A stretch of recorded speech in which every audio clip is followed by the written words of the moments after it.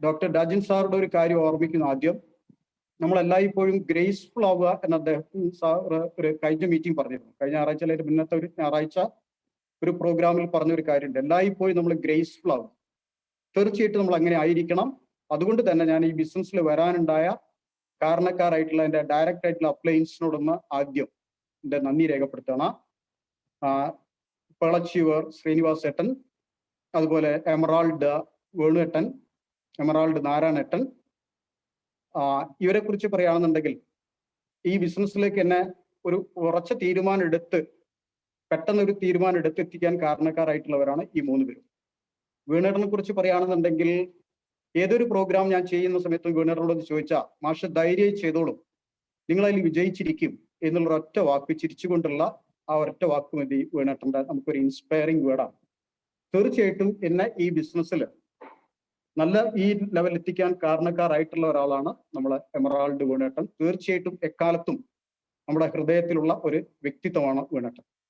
അതുപോലെ തന്നെയാണ് നാരായണേട്ടനെ കുറിച്ച് പറയുകയാണെന്നുണ്ടെങ്കിലും അദ്ദേഹത്തിന്റെ എനർജറ്റിക് ആയിട്ടുള്ള മാഷ്, നിങ്ങൾക്ക് പരിചയമുണ്ട്, നിങ്ങൾക്ക് എന്തും ഈ ബിസിനസ്സിൽ നേടിയെടുക്കാം എന്ന് നാരായണേട്ടൻ പറയുന്ന സമയത്ത് അത് മതി നമുക്ക് ബിസിനസ്സിൽ മുന്നോട്ട് പോകാൻ.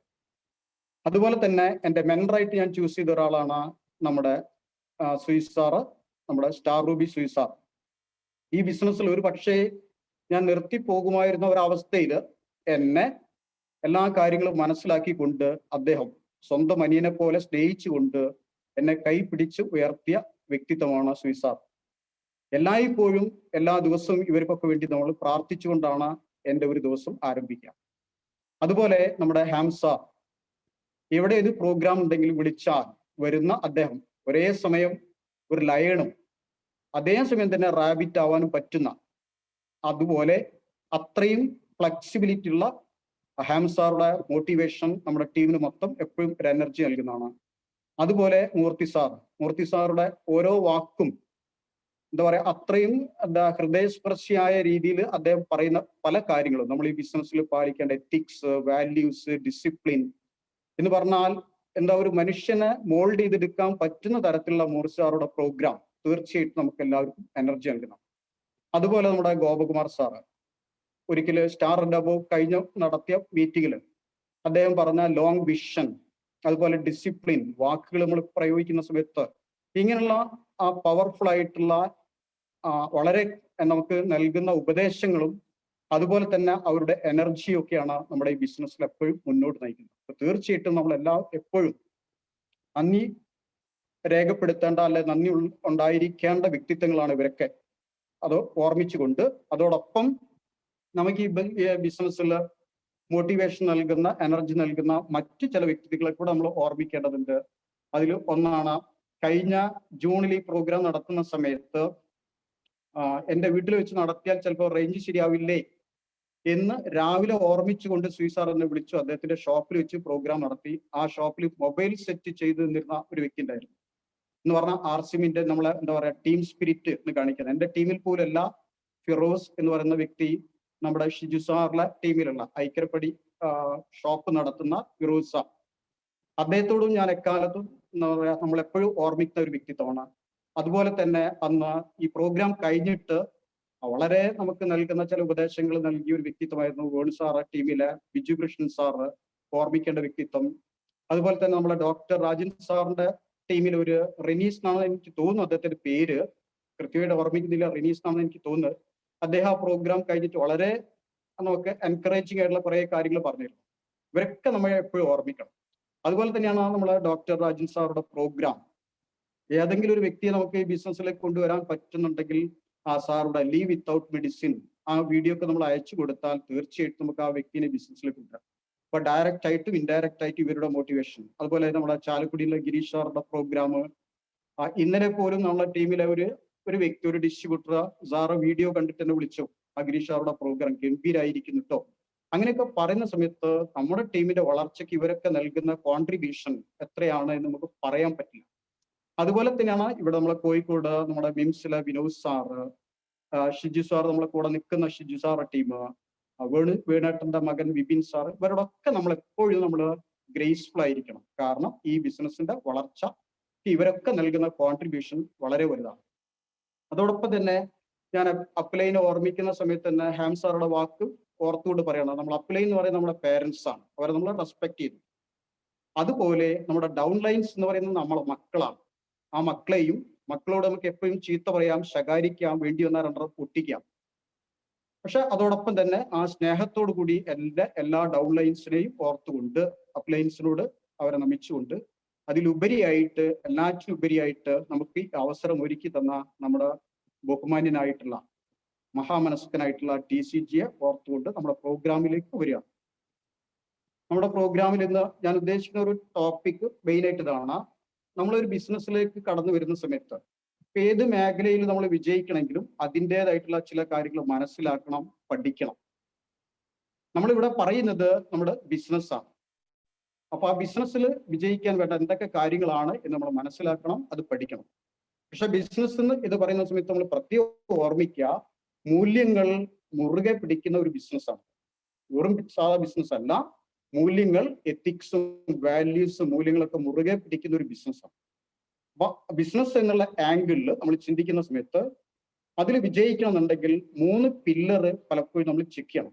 അല്ല, ആ 3 പില്ലർ മനസ്സിലാക്കിക്കൊണ്ട് ചെക്ക് ചെയ്തുകൊണ്ടാണ് നമ്മൾ ഒരു ബിസിനസ്സിലേക്ക് ചിലപ്പോൾ വരുന്ന സമയത്ത് അറിഞ്ഞുകൊള്ളുന്നില്ല, പക്ഷെ പിന്നീടെങ്കിലും നമ്മൾ പഠിക്കാൻ തയ്യാറാവും. 3 പില്ലർ ഇതാണ്: the industry V choose, second one the company V choose in that industry, and the third point, the personal matters of the entrepreneur. That means his life ambition and his that means dream and attitude and commitment. ഈ 3 കാര്യങ്ങൾ എന്ന് പറഞ്ഞാൽ നമ്മൾ ഒരു ബിസിനസ്സിലേക്ക് വരുന്ന സമയത്ത് ഏത് ഇൻഡസ്ട്രിയിലേക്കാണ് നമ്മൾ വരുന്നത്, ആ ഇൻഡസ്ട്രിയുടെ കാലിക പ്രസക്തി, അതിൽ ഫ്യൂച്ചറിലേക്ക് പ്രാധാന്യമുണ്ടോ എന്നുള്ള കാര്യങ്ങൾ നമ്മൾ ചെക്ക് ചെയ്യണം. രണ്ടാമത്, അങ്ങനെ ഒരു ഇൻഡസ്ട്രി നമ്മൾ ചൂസ് ചെയ്യുന്ന സമയത്ത് അതിൽ നിരവധി കമ്പനികൾ ഉണ്ടാവും. ആ കമ്പനിയിൽ ഏത് കമ്പനി നമ്മൾ ചൂസ് ചെയ്യുന്നു എന്നുള്ളത് വളരെ പ്രധാനം. മൂന്നാമത്തത്, ബിസിനസ് നടത്തുന്ന എന്റർപ്രണർ, ബിസിനസ്സുകാരൻ, അതായത് നമ്മളെ ഇതിൽ പറയുകയാണെങ്കിൽ ഡയറക്ട് സെല്ലർ. ആ ഡയറക്ട് സെല്ലറുടെ ലൈഫിലെ അംബിഷൻ, വേറെ തരത്തിൽ പറഞ്ഞ ഡ്രീം അല്ലെങ്കിൽ ബേണിംഗ് ഡിസയർ, അദ്ദേഹത്തിന്റെ ആറ്റിറ്റ്യൂഡ്, അദ്ദേഹത്തിന്റെ കമ്മിറ്റ്മെന്റ്. ഈ 3 കാര്യങ്ങൾ നമുക്ക് ഓരോന്നായിട്ട് അത് ചെക്ക് ചെയ്യാം. ആദ്യം നമ്മൾ ഇൻഡസ്ട്രിയെ കുറിച്ച് നോക്കാം.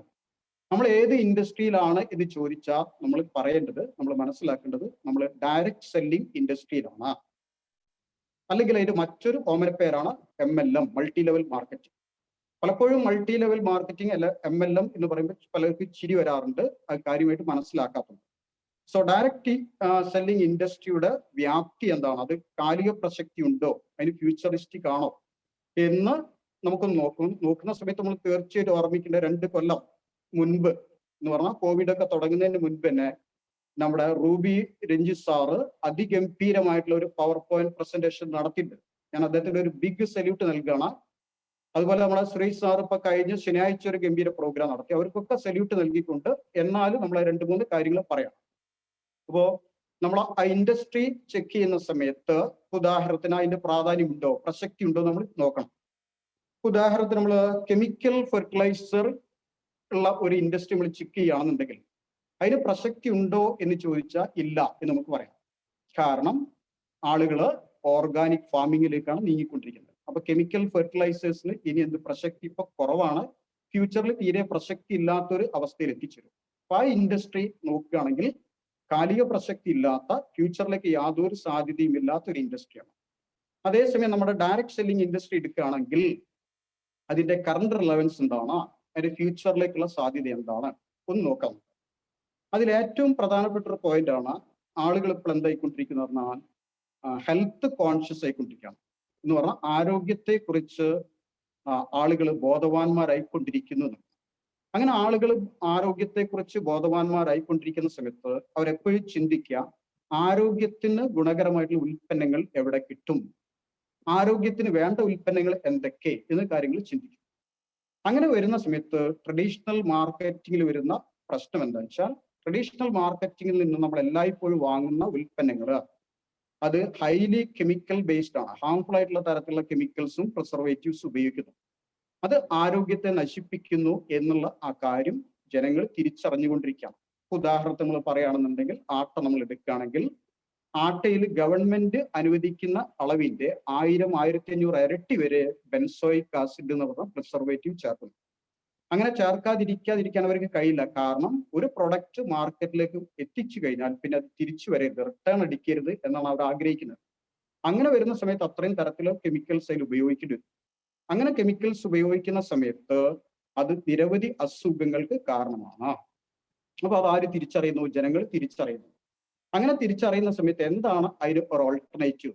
ഇതല്ലാതെ എവിടുന്ന് നമുക്ക് ഈ പറഞ്ഞ കെമിക്കലും പ്രിസർവേറ്റീവ്സും ഇല്ലാത്ത ഉൽപ്പന്നങ്ങൾ കിട്ടും എന്ന് ആളുകൾ ചിന്തിച്ചുകൊണ്ടിരിക്കും. അപ്പൊ അവിടെയാണ് ഡയറക്ട് സെല്ലിംഗ് ഇൻഡസ്ട്രിക്ക് പ്രാധാന്യം വരുന്നത്. ഒന്ന്. രണ്ടാമത്തെ നമുക്കറിയാം, ഇപ്പൊ ശ്രീ സാർ കഴിഞ്ഞ ശനിയാഴ്ച പറഞ്ഞ പോലെ വെൽനസ് റവല്യൂഷൻ വരാൻ പോവാണ്. വെൽനസ് റവല്യൂഷൻ വരിക എന്ന് പറഞ്ഞാൽ വെൽനസ്സിലുള്ള പ്രൊഡക്റ്റുകൾ എപ്പോഴും നമ്മൾ educating a customer and sell the product ആണ്. ഒരു കസ്റ്റമറെ educating the customer about the need of nutritions and sell the product എന്ന് പറയാം. ആ ന്യൂട്രീഷന്റെ ആവശ്യകത എന്താണ് എന്ന് ഒരു കസ്റ്റമറെ പറഞ്ഞ് മനസ്സിലാക്കിക്കൊണ്ട് ഒരു ഉൽപ്പന്നം അദ്ദേഹത്തിന് വിൽക്കുന്നു. അപ്പൊ അങ്ങനെ ഒരു കസ്റ്റമറെ എഡ്യൂക്കേറ്റ് ചെയ്തുകൊണ്ട് ഒരു പ്രൊഡക്റ്റ് വിൽക്കുന്ന സംവിധാനം ഒരിക്കലും ട്രഡീഷണൽ മാർക്കറ്റിൽ നടക്കില്ല. അപ്പൊ ഇതുകൊണ്ടൊക്കെ എന്ന് പറഞ്ഞാൽ ഹെൽത്ത് കോൺഷ്യസ് ആയിട്ട് ആളുകൾ മാറുന്നു എന്ന് പറയുന്ന സമയത്ത് ഡയറക്ട് സെല്ലിംഗ് ഇൻഡസ്ട്രിക്ക് വലിയൊരു വളർച്ച എന്ന് പറഞ്ഞാൽ ഫ്യൂച്ചറിൽ ഒരു വലിയ റവല്യൂഷൻ തന്നെയാണ് ഡയറക്ട് സെല്ലിംഗ് ഇൻഡസ്ട്രിയിൽ നടക്കാൻ പോകുന്നത്. എന്ന് പറഞ്ഞാൽ ഒരു കാര്യം നമ്മൾ മനസ്സിലാക്കേണ്ടത്, we are in the right industry and it is the best of the best industry in the world. നമ്മൾ ഏറ്റവും നല്ല ഇൻഡസ്ട്രിയിലാണ്, ലോകത്തിൽ തന്നെ ഏറ്റവും വലിയ റവല്യൂഷൻ നടക്കാൻ പോകുന്ന, ഏറ്റവും വലിയ ഗ്രോത്ത് വരാൻ പോകുന്ന ഒരു വലിയ ഇൻഡസ്ട്രിയിലാണ് നമ്മൾ എന്നുള്ള കാര്യം ഉറപ്പിക്കണം. രണ്ടാമത്തത്, അങ്ങനെ ഒരു ഇൻഡസ്ട്രി നമ്മൾ എടുക്കുന്ന സമയത്ത് അതിൽ നിരവധി കമ്പനികൾ ഉണ്ടാവും. ഉദാഹരണത്തിന് ടെക്സ്റ്റൈൽ ഇൻഡസ്ട്രി നമ്മൾ എടുക്കുകയാണെന്നുണ്ടെങ്കിൽ അതില് മഫത്തിലാല്, ഗോളിയറൻസ്, സിയാറാം, ഇങ്ങനെ നിരവധി കമ്പനികളുണ്ട്. അതുപോലെ ഡയറക്ട് സെല്ലിംഗ് നമ്മൾ എടുക്കുകയാണെങ്കിൽ ഡയറക്ട് സെല്ലിംഗ് ഇൻഡസ്ട്രിയിൽ നിരവധി കമ്പനികളുണ്ട്. ആംവേ, മോഡികെയർ, വെസ്റ്റീജ്, അങ്ങനെ നിരവധി കമ്പനികൾ, നിരവധി സ്കീമുകളുണ്ട്. അപ്പൊ എപ്പോഴും നമ്മൾ ആ കമ്പനി ചൂസ് ചെയ്യുന്ന സമയത്ത് വളരെയധികം കെയർഫുൾ ആയിരിക്കേണ്ട കാര്യമുണ്ട്. ഇല്ലെങ്കിൽ നമ്മുടെ ജീവിതത്തിൽ ഒരു പരാജയം സംഭവിക്കും. ആ പരാജയം സംഭവിക്കാറ് സാമ്പത്തിക നഷ്ടം മാത്രമായിരിക്കില്ല, നമ്മുടെ ജീവിതത്തിലെ വലിയ വിലപ്പെട്ട സമയം വരെ നഷ്ടപ്പെടും. അതിന് ഒരു തെളിവാണ്, അല്ലെങ്കിൽ ഉദാഹരണമാണ് ഞാൻ മാത്രമല്ല, എന്നെ പോലെ നിരവധി ആളുകൾ. ഞാൻ 1998 ഡയറക്ട് സെല്ലിംഗ് ഇൻഡസ്ട്രിയുടെ വ്യാപ്തി ഒക്കെ മനസ്സിലാക്കി. അന്ന് ഞാൻ തിരഞ്ഞെടുത്ത കമ്പനി ആംവേ എന്ന് പറയുന്ന കമ്പനി തിരഞ്ഞെടുത്തു. 2016 വരെ എന്ന് പറഞ്ഞാൽ 18 വർഷം അതിൽ വളരെ ആക്റ്റീവായിട്ട് എന്ന് പറഞ്ഞാൽ വലിയ തോതിൽ കമ്മിറ്റഡ് ആയിട്ട് വർക്ക് ചെയ്തു. പക്ഷെ എനിക്ക് വിജയിക്കാൻ പറ്റില്ല. അവിടെയാണ് നമ്മൾ ഒരു തിരിച്ചറിവ് ഉണ്ടാക്കേണ്ടത്. ഞാൻ മാത്രമല്ല, എന്നെ പോലെ നിരവധി കഴിവുള്ള ആളുകൾ. ഉദാഹരണത്തിന് വെള്ളിപ്പറമ്പുള്ള അനൂപ് സാർ, നമുക്കറിയാം അനൂപ് സാറുടെ ഒക്കെ പ്രൊഡക്റ്റ് പ്രസന്റേഷൻ ഞെട്ടിപ്പിക്കുന്ന തരത്തിൽ നമ്മൾ അത്രയും ഇൻഫോർമേറ്റീവ് ആണ്, അത്രയും ഇൻട്രസ്റ്റിംഗ് ആണ്. എന്റെ കഴിവ് കമ്പയർ ചെയ്യുന്നതിന്റെ 100 ഇരട്ടി കഴിവുള്ള ആളാണ് അനൂപ് സാർ. അദ്ദേഹം ആംവേയിൽ ഉണ്ടായിരുന്നു, പക്ഷെ വിജയിച്ചില്ല. മിംസിലുണ്ടായിരുന്ന വിനോദ് സാർ, അദ്ദേഹം ആംവേയിൽ ഉണ്ടായിരുന്നു, പക്ഷെ വിജയിച്ചില്ല. പക്ഷെ നമ്മൾ ഇതിലേക്ക് വന്ന സമയത്ത് വളരെ പെട്ടെന്ന് അദ്ദേഹം സ്റ്റാർപ്പുകളാണ്. അപ്പൊ എന്തുകൊണ്ട് ആ ഇൻഡസ്ട്രിയിൽ നമുക്ക് വിജയിക്കാൻ പറ്റില്ല, എന്തുകൊണ്ട് RCMലേക്ക് വന്ന സമയത്ത് നമ്മൾ വിജയിച്ചു എന്നുള്ള ഒരു കാര്യം നമുക്ക് നോക്കാം. അപ്പൊ ആംവേ മാത്രമല്ല, അതുപോലെ നിരവധി സ്കീമുകൾ ഇതിൽ വരുന്നുണ്ട്. അപ്പൊ നമ്മൾ കമ്പനി ചൂസ് ചെയ്യുന്ന സമയത്ത്, തിരഞ്ഞെടുക്കുന്ന സമയത്ത് വളരെയധികം ശ്രദ്ധിക്കണം. നമ്മൾ മാത്രമല്ല, നമ്മൾ നമ്മുടെ കൂടെ വരുന്ന ഡയറക്ട് സെല്ലേഴ്സിനോട് അല്ലെങ്കിൽ നമ്മുടെ ടീമിൽ വരുന്ന ഓരോ ആളുകൾക്കും കൃത്യമായിട്ട് ഇതിന്റെ നോളേജ് കൊടുക്കണം. അങ്ങനെ നോളേജ് കൊടുത്തിട്ടില്ലെങ്കിൽ ചില സമയത്ത് അവർ അതൊന്ന് വഴുതി പോവാം, അല്ല വന്നിട്ട് വേറെ ആരെങ്കിലും എന്തെങ്കിലും പ്രലോഭിപ്പിച്ചിട്ട് മറ്റ് സ്കീമുകളിൽ പെട്ടുപോകാം. അങ്ങനെ പെടാതിരിക്കണം എന്നുണ്ടെങ്കിൽ നമ്മൾ കൃത്യമായിട്ട് നോളേജ് അവർക്ക് പാസ് ചെയ്യണം. എന്ന് പറഞ്ഞാൽ പലപ്പോഴും നമുക്കറിയാം, ഇപ്പൊ തന്നെ പല തട്ടിപ്പ് രീതിയിൽ എന്ന് പറഞ്ഞാൽ വലിയൊരു എമൗണ്ട് മുടക്കിയിട്ട് നിങ്ങൾ ഒന്നും ചെയ്യണ്ട, ഒരു 10,000 രൂപ 20,000 രൂപ ഇതിൽ ഇൻവെസ്റ്റ് ചെയ്താൽ മതി, നിങ്ങൾ വീട്ടിൽ ഇരുന്നാൽ നിങ്ങൾക്ക് പണം വരും എന്നൊക്കെ പറയുന്ന സമയത്ത് നിരവധി പേരുകൾ അതിൽ ചെന്ന് പെടുന്നുണ്ട്. അത് കൃത്യമായിട്ട് ഒരു അറിവ് അവർക്ക് ഇല്ലാതെ വരുന്നത് കൊണ്ട് കൂടിയാണ് അങ്ങനെ പ്രോംപ്റ്റ് ചെയ്യപ്പെടുന്നത്. അപ്പൊ അതിൽ നമുക്ക് എന്താണ് അവർക്ക് കൊടുക്കേണ്ട ഇൻഫർമേഷൻ എന്നുള്ള കാര്യം എന്ന് പറഞ്ഞാൽ, കമ്പനി ചൂസ് ചെയ്യുന്ന സമയത്ത് നമ്മൾ കൃത്യമായിട്ട് കാര്യങ്ങൾ മനസ്സിലാക്കണം. നമ്മൾ ആദ്യം മനസ്സിലാക്കേണ്ടത്, ഡയറക്ട് സെല്ലിംഗ് എന്നുള്ളത് ട്രഡീഷണൽ മാർക്കറ്റിങ്ങിന്റെ ഡീമെറിറ്റ്, ദോഷങ്ങൾ ഒഴിവാക്കിക്കൊണ്ടുള്ള ഒരു പവർഫുൾ മാർക്കറ്റിംഗ് സംവിധാനമാണ് ഡയറക്ട് സെല്ലിംഗ്. അതിലെപ്പോഴും നമുക്ക് കിട്ടുന്ന റെമ്യൂണറേഷൻ അല്ലെങ്കിൽ കമ്മീഷൻ അല്ലെങ്കിൽ നമുക്ക് pay back, company pay back ചെയ്യുന്നത് മാർക്കറ്റിംഗ് എക്സ്പെൻസ് എന്ന് പറഞ്ഞാൽ ഇടത്തട്ട് കമ്മീഷനും അഡ്വർടൈസിന് പോകുന്ന മാർക്കറ്റിംഗ് എക്സ്പെൻസ് ആണ് കമ്പനി നമുക്ക് തരുന്നത് എന്ന് ഓർമ്മിക്കാം. അങ്ങനെ വരുന്ന സമയത്ത് 3 കാര്യങ്ങൾ നമ്മൾ ഓർമ്മിക്കണം. ഒന്നാമത്തെ കാര്യം പ്രൊഡക്റ്റ് മൂവ്മെന്റിലൂടെ മാത്രമേ നമുക്ക് കമ്മീഷൻ തരാൻ പറ്റൂ എന്ന് പറഞ്ഞാൽ നമ്മുടെ ടീമിൽ നടക്കുന്ന അല്ലെ നമ്മൾ വഴി നടക്കുന്ന ബിസിനസ് എത്രയാണോ, ടേൺ ഓവർ എത്രയാണോ, ആ ടേൺ ഓവറിനെ ബേസ് ചെയ്തുകൊണ്ട് മാത്രമേ കമ്പനിക്ക് റെമ്യൂണറേഷൻ തരാൻ പറ്റൂ. അപ്പൊ ആര് നിങ്ങളോട് പറയാണ് നിങ്ങൾ ഒന്നും ചെയ്യണ്ട, നിങ്ങൾ വെറുതെ ഇരുന്നാൽ വരുമാനം കിട്ടും എന്ന് പറഞ്ഞാൽ തീർച്ചയായിട്ടും മനസ്സിലാക്കാതെ ഒരിക്കലും സാധിക്കുന്ന ഒരു കാര്യമല്ല. ഇറ്റ്സ് ഇമ്പോസിബിൾ, 100% ഇമ്പോസിബിൾ ആയിട്ടുള്ള ഒരു കാര്യമാണ്. അപ്പോൾ പ്രൊഡക്റ്റ് മൂവ്മെന്റ് ഉണ്ടാവണം എന്നുള്ളത് ഉറപ്പുവരുത്താം. പ്രൊഡക്റ്റ് മൂവ്മെന്റ് ഉണ്ടാകുന്ന സമയത്ത് പ്രൊഡക്റ്റിനെ കുറിച്ച് നമ്മൾ 3 കാര്യങ്ങൾ, ആ കമ്പനിയെ കുറിച്ച് 3 കാര്യങ്ങൾ കൃത്യമായിട്ട് നമ്മൾ പഠിക്കണം. ഒന്ന്, പ്രൊഡക്റ്റ് യുണീക്നെസ് ഉണ്ടോ എന്ന് പറഞ്ഞാൽ സാധാരണ മാർക്കറ്റിൽ കിട്ടുന്ന പ്രൊഡക്റ്റ് ആയിരിക്കരുത്, ആ പ്രൊഡക്റ്റിന് ഒരു യുണീക്നെസ് ഉണ്ടാവണം. നമുക്ക് പറഞ്ഞു കൊടുക്കാൻ പ്രത്യേകത ഉണ്ടായിരിക്കണം, യുണീക്നെസ് ഉണ്ടായിരിക്കണം. 2, അതോടൊപ്പം അതിന്റെ പ്രൈസ് അഫോർഡബിൾ പ്രൈസ് ആയിരിക്കണം, നമുക്ക് താങ്ങാവുന്ന പ്രൈസ് ആയിരിക്കണം. കാരണം നമുക്കറിയാം ഇന്ത്യയിലെ ജനസംഖ്യയിൽ 90%-ലധികം ആളുകൾ middle class and lower middle class ആണ്. അപ്പൊ അവർക്ക് താങ്ങാൻ പറ്റുന്ന പ്രൊഡക്റ്റുകൾ അല്ലെങ്കിൽ ആ പ്രൈസ് ആയിരിക്കണം. അപ്പോൾ പ്രൊഡക്റ്റിന് യുണീക്നെസ്, ക്വാളിറ്റി യുണീക്നെസ് വേണം. 2, അഫോർഡബിൾ പ്രൈസ് ആയിരിക്കണം. 3, അതിന്റെ അവൈലബിലിറ്റി, പ്രൊഡക്റ്റ് അവൈലബിലിറ്റി ഒരു പ്രധാന കാരണം. എത്ര നല്ല ക്വാളിറ്റി പ്രൊഡക്റ്റ് ആണെന്ന് പറഞ്ഞാലും ഒരു 6-7 കിലോമീറ്റർ അല്ലെങ്കിൽ 10 കിലോമീറ്റർ അപ്പുറം പോയിട്ട് ആ പ്രൊഡക്റ്റ് വാങ്ങണം എന്ന് പറയുന്ന സമയത്ത് ചിലപ്പോൾ നമുക്ക് സാധിച്ചോളന്നില്ല. അപ്പോൾ പ്രൊഡക്റ്റ് അവൈലബിലിറ്റി അതിന്റെ പ്രധാന ഘടകമാണ്. ഈ 3 കാര്യങ്ങൾ നമ്മൾ ചെക്ക് ചെയ്യണം പ്രധാനമായിട്ടും. ഒന്നുകൂടെ, പ്രൊഡക്റ്റിന്റെ ക്വാളിറ്റി, അതിന്റെ യുണീക്നെസ്. 2, അതിന്റെ പ്രൈസ് അഫോർഡബിൾ പ്രൈസ് ആയിരിക്കണം. 3, അതിന്റെ അവൈലബിലിറ്റി. അവിടെയാണ് ഞാൻ ആംവേയിൽ വന്ന സമയത്ത് വിജയിക്കാതെ പോയ ഒരു കാര്യം ഒന്നും കൂടെ റിമൈൻഡ് ചെയ്യണം.